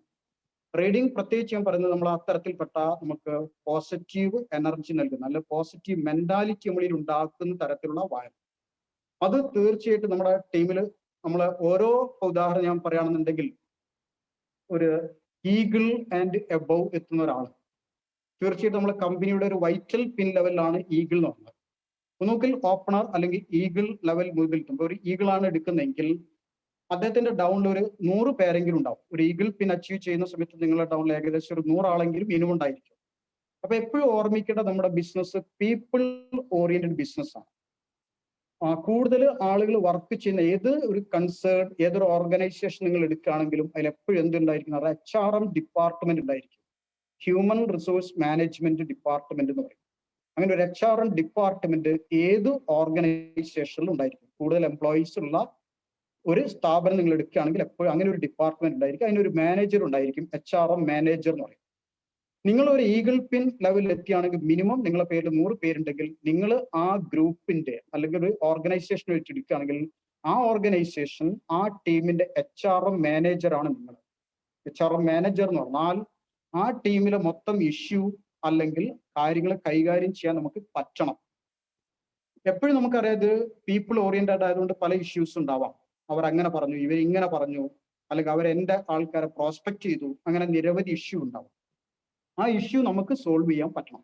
അങ്ങനെ സോൾവ് ചെയ്യാൻ നമുക്ക് പറ്റണം എന്നുണ്ടെങ്കിൽ അതിനുള്ളൊരു കേപ്പബിലിറ്റി നമുക്ക് ഉണ്ടാവണം. കേപ്പബിലിറ്റി ഉണ്ടാവണമെങ്കിൽ അതിൽ വായന ഒരു പ്രധാന ഘടകമാണ്. റീഡിങ് ഒരു പ്രധാന ഘടകമാണ്. അത്തരത്തിൽപ്പെട്ട പോസിറ്റീവ് ആയിട്ടുള്ള ബുക്കുകൾ നമ്മൾ വായിക്കണം. ആ വായിക്കുന്ന അറിവുകളിലൂടെ മാത്രമേ നമുക്ക് ഇത്തരത്തിലുള്ള കാര്യങ്ങൾ മാനേജ് ചെയ്യാൻ പറ്റൂ. അപ്പൊ തീർച്ചയായിട്ടും ഈ പറയുന്ന തരത്തിലുള്ള ഒരു ടീം നിങ്ങൾ ഫോം ചെയ്യണം. ആ ഫോം ചെയ്യുന്ന ടീമിലേക്ക് ഈഗിൾ എബവ് ഉള്ള ആളുകൾ അവരുടെ ടീമിൽ റീഡിങ് തീർച്ചയായിട്ടും നമ്മൾ ഒരു സജസ്റ്റ് ചെയ്യേണ്ട ഒരു പ്രധാന ഘടകമാണ്. അത് തീർച്ചയായിട്ടും നിങ്ങൾ സജസ്റ്റ് ചെയ്യണം. വായന അത്യാവശ്യമാണ്. പ്രത്യേകിച്ച് പോസിറ്റീവ് മെന്റാലിറ്റി ബുക്കുകൾ നിരവധി ഉണ്ട്. അത്തരത്തിൽപ്പെട്ട ബുക്കുകൾ നിർബന്ധമാക്കുക വായനന്റെ കാര്യങ്ങൾ. ദെൻ വേറെ ഒരു പ്രധാനപ്പെട്ട കാര്യം അതുപോലെ തന്നെ നമ്മൾ റിലേഷൻഷിപ്പ് ബിൽഡ് ചെയ്യുന്നതിലും അവിടെ ബ്രോഡ് മൈൻഡഡ് ആവുക എന്നുള്ളത്. നമ്മൾ കുറച്ചും കൂടെ വിശാല മനസ്ഥിതിയിൽ നമ്മൾ കാര്യങ്ങൾ കാണും. എപ്പോഴും ബ്രോഡ് മൈൻഡഡ് ആവുക. ബ്രോഡ് മൈൻഡഡ് എന്ന് പറഞ്ഞാൽ നമ്മുടെ കൂടെ വരുന്ന ആളുകളുടെ ഡൗൺ ലൈൻസ് ആണെങ്കിൽ അവരെ സ്നേഹിക്കാനും ആ സ്നേഹിക്കുന്നതിന്റെ പ്രധാന ഒരു ഘടകമാണ് നിങ്ങൾ തമ്മിലുള്ള ഒരു റിലേഷൻഷിപ്പ് ബിൽഡ് ചെയ്യുന്ന ഒരു പ്രധാന ഘടകമാണ്. നമ്മുടെ ഗോപകുമാർ സാറ് സ്റ്റാർ ആൻഡ് അബോ മീറ്റിംഗിൽ പറഞ്ഞ ഒരു പ്രധാന പോയിന്റ് ഉണ്ട്. നമ്മൾ വീടുമായിട്ട് ഒരാൾ ജോയിൻ ചെയ്ത് കഴിഞ്ഞാൽ, നിങ്ങളുടെ ടീമിൽ ഒരാൾ ജോയിൻ ചെയ്ത് കഴിഞ്ഞാൽ, അല്ല നമ്മുടെ ടീമിൽ ഒരാൾ ജോയിൻ ചെയ്ത് കഴിഞ്ഞാൽ നമ്മൾ വിത്തിൻ ഒരു 24 hours അവരുടെ വീട്ടിൽ ചെന്നിട്ട് RCM എന്താണ്, RCMന്റെ വ്യാപ്തി എന്താണ്, RCMന്റെ വിഷൻ എന്താണ്, അതിന്റെ പ്രൊഡക്റ്റ് എന്താണ് എന്നുള്ള കൃത്യമായിട്ട് കാര്യങ്ങൾ പറഞ്ഞു കൊടുക്കണം. ഇപ്പോഴത്തെ നമ്മൾ കോവിഡ് കാലത്ത് അങ്ങനെ പോകാൻ പറ്റിയിട്ടില്ലെങ്കിൽ നമ്മൾ സൂമിലൂടെ തന്നെങ്കിൽ അത് അറിയിച്ച് ചെയ്യണം. അങ്ങനെ പറ്റുന്ന ഘട്ടത്തിൽ അവരുടെ വീടുമായിട്ട് നമ്മൾ നല്ലൊരു റിലേഷൻഷിപ്പ് ബിൽഡ് ചെയ്യണം. കാരണം ഈ ബിസിനസ് റിലേഷൻഷിപ്പിലൂടെയാണ് പോകുന്നത്. ഞാൻ നേരത്തെ പറഞ്ഞ ഒരു കാര്യത്തിൽ പ്രധാനപ്പെട്ട ഒരു കാര്യം, 18 വർഷം ഞാൻ ആംവേയിൽ നിന്ന സമയത്ത് വരുമാനം കിട്ടിയിട്ടില്ലെങ്കിൽ ഞാൻ അതിൽ നിന്ന് പോയത് അതിലൊരു ബന്ധമാണ്. നിരവധി അതിലുള്ള ആൾക്കാരുമായിട്ടുള്ള ഒരു റിലേഷൻഷിപ്പ്, ആ ദൃഢമായിട്ടുള്ള ബന്ധമാണ് ആ ബിസിനസ്സിൽ അന്ന് എന്നെ പിടിച്ചു നിർത്തിയത്. ഇന്നും ഞാൻ RCMയിലേക്ക് വരുന്ന സമയത്ത് നമ്മളൊക്കെ കൊടുക്കുന്നത് ഏറ്റവും പ്രധാനപ്പെട്ട ഒരു പോയിന്റ് റിലേഷൻഷിപ്പാണ്. ഈ ബിസിനസ് നമുക്കറിയാം റിലേഷൻഷിപ്പിലൂടെ ബിൽഡ് ചെയ്യാം. അപ്പൊ നല്ല ദൃഢമായിട്ടുള്ള ഒരു റിലേഷൻഷിപ്പ് ഒന്ന് ബിൽഡ് ചെയ്യുന്ന ഒരു ബേസ് ആണ് നമ്മൾ വീടുമായിട്ട് ബന്ധപ്പെട്ട് ആ വീട്ടിലുള്ള എല്ലാ ആൾക്കാരെയും ഉൾപ്പെടുത്തിക്കൊണ്ട് ഈ കാര്യങ്ങൾ പറഞ്ഞ് മനസ്സിലാക്കുക എന്നുള്ളത്. നല്ലൊരു ബോണ്ട്, നമ്മളൊരു ബന്ധം അവിടെ ബിൽഡ് ചെയ്യും. അവരുടെ വീട്ടിലുള്ള പ്രശ്നങ്ങൾ നമുക്ക് മനസ്സിലാക്കാൻ പറ്റും. അവരുടെ വീട്ടിൽ എന്തൊക്കെ കാര്യങ്ങളുണ്ട്, അതിൽ ചിലപ്പോൾ ഹസ്ബൻഡ് ചിലപ്പോൾ വീട്ടിൽ ഷോപ്പിൽ വന്ന് പ്രൊഡക്റ്റ് വാങ്ങുന്ന സമയത്ത് കൃത്യമായിട്ട് കാര്യങ്ങൾ മനസ്സിലാക്കാതിരിക്കും. അല്ലെങ്കിൽ ഹസ്ബൻഡിന് അത്ര ഡ്രീം ഉണ്ടായിക്കൊള്ളുന്നില്ല, ബിസിനസിന്റെ പൊട്ടൻഷ്യൽ മനസ്സിലായിക്കൊള്ളുന്നില്ല. പക്ഷെ വീട്ടിൽ നമ്മൾ ചെല്ലുന്ന സമയത്ത് ഫാമിലി ഒന്നിച്ച് പറയുന്ന സമയത്ത് ഒന്നുകിൽ ഭാര്യക്ക് അല്ലെങ്കിൽ മകന് അല്ലെങ്കിൽ മകൾക്ക് ആർക്കെങ്കിലും ഈ ബിസിനസ് മനസ്സിൽ തട്ടാം. അവരുടെ മനസ്സിൽ കുറേ കൂടെ വലിയ ഡ്രീം ഉണ്ടായിരിക്കാം. അപ്പൊ തീർച്ചയായിട്ടും ആ ബിസിനസ് അവർ സീരിയസ് ആയിട്ട് എടുക്കാൻ സാധ്യതയുണ്ട്. അപ്പോൾ പലപ്പോഴും നമ്മൾ ഇതിൽ സംഭവിക്കുന്ന RCMയുടെ ഷോപ്പിൽ വന്നിട്ട് പ്രൊഡക്റ്റ് വാങ്ങുന്ന സമയത്ത് നമ്മൾ അവിടെ ഡിസ്ട്രിബ്യൂട്ടേഴ്സ് ആക്കും. ആ ഡിസ്ട്രിബ്യൂട്ടേഴ്സ് ആക്കിയതിനു ശേഷം അവരെപ്പോഴെങ്കിലും വന്ന് ആട്ടാത്ത അവിടെ നിന്ന് അങ്ങനെ വാങ്ങിപ്പോകുന്നതല്ലാതെ അതിനേക്കാൾ ഉപരിയായിട്ട് അവരുമായിട്ട് നല്ലൊരു ബന്ധം ഉണ്ടാക്കാൻ പലരും ശ്രമിക്കാറില്ല. ബന്ധം ഉണ്ടാക്കണമെന്നുണ്ടെങ്കിൽ തീർച്ചയായിട്ടും നമ്മൾ അവരെ വീട്ടിൽ ചെല്ലണം. പലപ്പോഴും ഞാൻ പല ആൾക്കാരോട് സംസാരിക്കുന്ന സമയത്ത് പലർക്കും കാണുന്ന ഒരു പ്രധാന പ്രശ്നം ഇതാണ്, വീട്ടിൽ പോകുക എന്ന് പറഞ്ഞൊരു മടിയാണ്. നമ്മൾ ഒരിക്കലും എന്തിനാ നമ്മുടെ അനിയന്മാരുടെ വീട്ടില്, നമ്മുടെ ഏട്ടന്മാരുടെ വീട്ടില്, നമ്മുടെ റിലേറ്റീവ്സിന്റെ വീട്ടിലൊക്കെ നമ്മൾ പോകുന്നില്ലേ?